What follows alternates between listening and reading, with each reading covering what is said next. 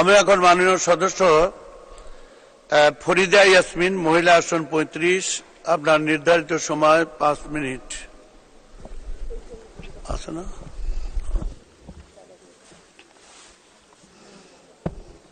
ধন্যবাদ মাননীয় স্পিকার, আপনাকে অভিনন্দন। দ্বিতীয়বারের মতো ডেপুটি স্পিকার নির্বাচিত হয়। অভিনন্দন আমাদের স্পিকার, যিনি চতুর্থবারের মতো এই সংসদে স্পিকার নির্বাচিত হয়েছেন। আমি আমার বক্তব্যের শুরুতে জাতির পিতা, হাজার বছরের শ্রেষ্ঠ বাঙালি বঙ্গবন্ধু শেখ মুজিবুর রহমানের স্মৃতির প্রতি গভীর শ্রদ্ধা জানাই। আমি শ্রদ্ধা জানাই জাতীয় চার নেতা সৈয়দ নজরুল ইসলাম, তাজউদ্দিন আহমেদ, এম মনসুর আলী এবং কামরুজ্জামানের প্রতি। আমি শ্রদ্ধা জানাই, গভীর শ্রদ্ধাভরে স্মরণ করি 30 লাখ শহীদদের রক্তে আমাদের যে স্বাধীনতা অর্জন হয়েছিল।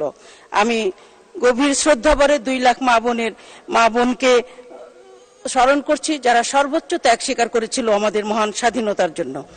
আমি গভীর শ্রদ্ধাভরে স্মরণ করি বঙ্গমাতা বেগম ফজিলাতুন্নেসা মুজিব সহ 15 আগস্টে যারা নিহত হয়েছিলেন, যারা নির্মম হত্যাকাণ্ডের শিকার হয়েছিলেন।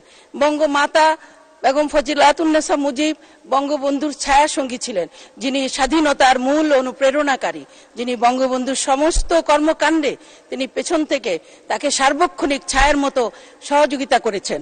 আমি শ্রদ্ধা জানাই 13 জন শহীদ সাংবাদিক সেলিনা পারভিন, সাংবাদিক শহীদুল্লাহ কায়সার, সিরাজউদ্দিন হোসেন সহ 13 জনকে আমি শ্রদ্ধার সঙ্গে স্মরণ করি। মুক্তিযুদ্ধে একজন মুক্তিযোদ্ধা শেখ কামাল এবং শেখ জামাল, ছোট্ট শিশু রাসেল সহ সেদিন নির্মমভাবে 15 আগস্ট যাদেরকে হত্যা করা হয়েছিল। আমি স্মরণ করি ভাষা আন্দোলনের সকল শহীদদের। 1948 সালে যে ভাষা আন্দোলনের সূচনা হয়েছিল, সেই আন্দোলনের নেতৃত্বে ছিলেন বঙ্গবন্ধু শেখ মুজিবুর রহমান, এবং 1948 সালের ভাষা আন্দোলনের পথ ধরেই আমাদের আজকের স্বাধীনতা। আমাদের স্বাধীনতার প্রথম সোপান ভাষা আন্দোলন। আমি আজকে মাননীয় প্রধানমন্ত্রী বঙ্গবন্ধু কন্যা শেখ হাসিনাকে অনেক অনেক কৃতজ্ঞতা জানাই, ধন্যবাদ জানাই, অভিনন্দন জানাই। তিনি 5মবারের মতো বাংলাদেশের সরকার প্রধান হয়েছেন। তার প্রতি আমার ব্যক্তিগত কৃতজ্ঞতা। তিনি আমাকে জাতীয় সংসদ সদস্য করেছেন। আমি আওয়ামী লীগের সবার প্রতি কৃতজ্ঞতা জানাই। আমি আজকে মাননীয় প্রধানমন্ত্রীকে আবারও ধন্যবাদ জানাই যে এই নির্বাচনের মাধ্যমে এই সরকার গঠন হয়েছিল, সেই নির্বাচনকে বানচাল করে দেওয়ার আন্তর্জাতিক এবং দেশীয় চক্রান্ত হয়েছিল, কিন্তু বঙ্গবন্ধু কন্যার সাহস আর আত্মবিশ্বাস আমার পুরো জাতিকে ঐক্যবদ্ধ করেছে। আমি কৃতজ্ঞতা জানাই, ধন্যবাদ জানাই বঙ্গবন্ধু কন্যা শেখ হাসিনার সঙ্গে বঙ্গবন্ধুর ছোট কন্যা শেখ রেহানাকেও। 2 জনে সারা বাংলাদেশ চষে বেরিয়ে তিনি এই নির্বাচনের পক্ষে জনমত গঠন করেছেন এবং সারা জাতিকে ঐক্যবদ্ধ করেছেন। সকল ষড়যন্ত্র মোকাবেলা করে বাংলাদেশের মানুষ নির্বাচনমুখী হয়েছে, এবং যে নির্বাচনের ফলে যে সরকার হয়েছে, সেটি একটি গণতান্ত্রিক প্রক্রিয়ার মধ্যে দিয়ে এই সরকার গঠিত হয়েছে, যা সারা বিশ্বে প্রশংসিত হয়েছে। আমি মাননীয় প্রধানমন্ত্রীকে ধন্যবাদ জানাই যে তিনি কারো কাছে মাথা নত না করে তিনি যে বঙ্গবন্ধু কন্যা তা বারবার প্রমাণ করেছেন। তিনি তার সাহসের ফলে আমরা আজকে এই নির্বাচনে আবার এই সরকার গঠন করতে পেরেছি।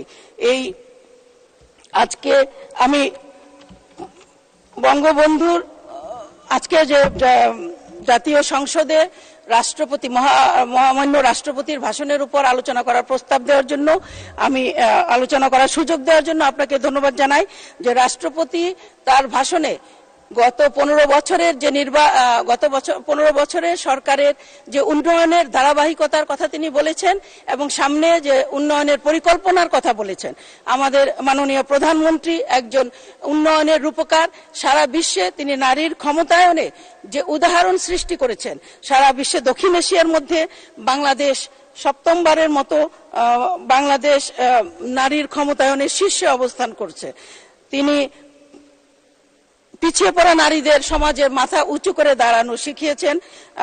বাংলাদেশ দক্ষিণ এশিয়ার মধ্যে নবমবারের মতো জেন্ডার 1 মিনিট বলুন, 1 মিনিট। অবস্থান করেছেন। তিনি সাংবাদিকদের জন্য অনেক কাজ করেছেন, সাংবাদিক কল্যাণ ট্রাস্ট করেছেন। কল্যাণ ট্রাস্ট করে সাংবাদিকদেরকে তিনি 22-23 অর্থ বছরে অনুদান হিসাবে 6,15,00,000 টাকা 742 জন সাংবাদিক ও তার পরিবারের মধ্যে বিতরণ করেছেন। করোনা সময়ে বিশেষ আর্থিক সহায়তার মাধ্যমে দ্বিতীয় পর্যায়ে আরো 10 কোটি টাকা বরাদ্দ করেছেন।